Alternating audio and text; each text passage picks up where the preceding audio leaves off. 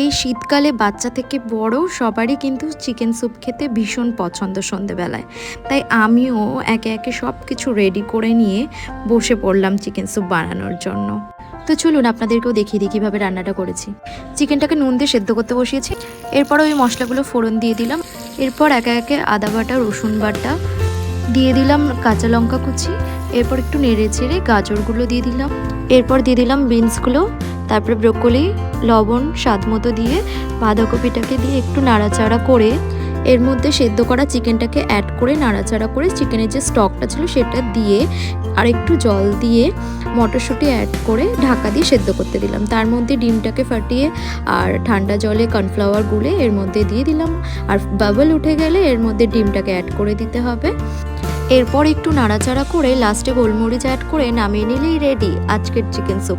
Thank you for watching, tata.